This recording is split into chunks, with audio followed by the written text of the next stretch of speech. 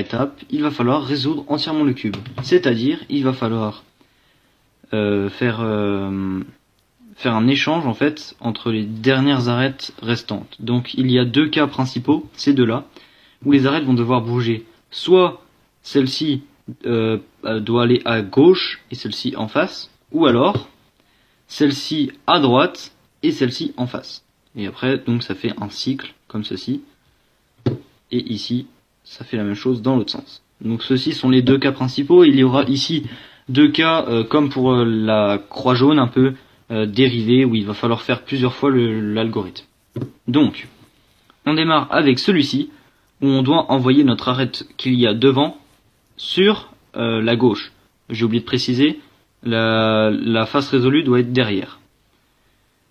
Et quand on est dans ce cas, il va falloir faire donc il va falloir monter la rangée de gauche, tourner comme ceci la rangée du haut, monter encore la rangée de gauche, tourner la rangée du haut vers la droite, remonter encore la rangée de gauche, tourner encore une fois vers la droite la rangée du haut, remonter encore la rangée de gauche, pardon, ramener le haut comme ceci, abaisser la rangée de gauche, tourner comme ceci le haut, et après le dernier demi-tour du cube, puisque c'est entièrement résolu.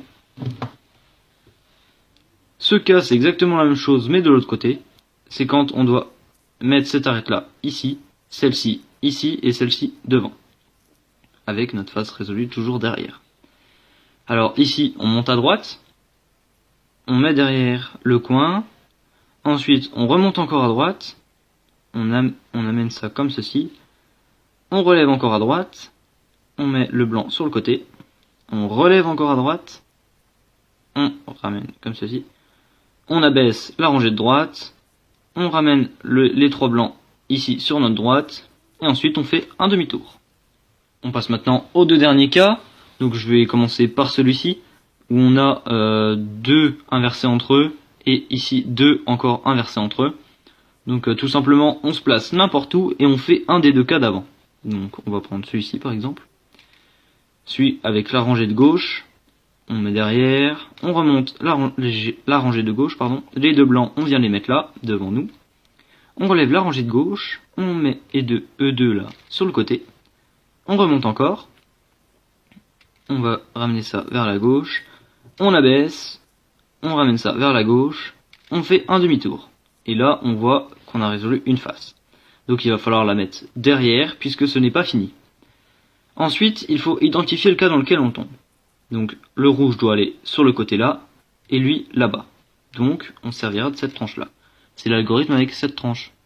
Donc on monte la droite, on tourne lui derrière comme ceci, on monte encore, on met les blancs devant, ensuite on monte, on met eux sur le côté, on monte encore, on ramène comme ceci, on abaisse, on le ramène encore une fois, et un demi-tour.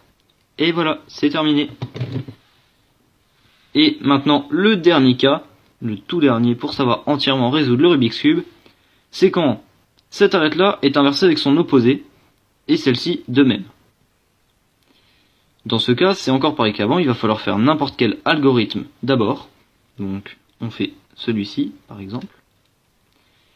Voilà. Voilà.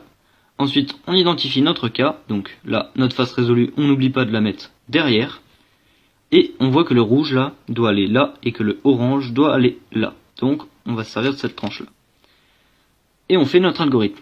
Donc, on monte, on met le blanc derrière, on lève, les deux blancs, on les met devant nous, on relève encore, eux, on les met sur le côté, on monte encore, on ramène comme ceci, on abaisse cette tranche, on met eux sur la gauche, et ensuite un demi-tour. Voilà. Vous savez maintenant résoudre un Rubik's Cube 3 x 3.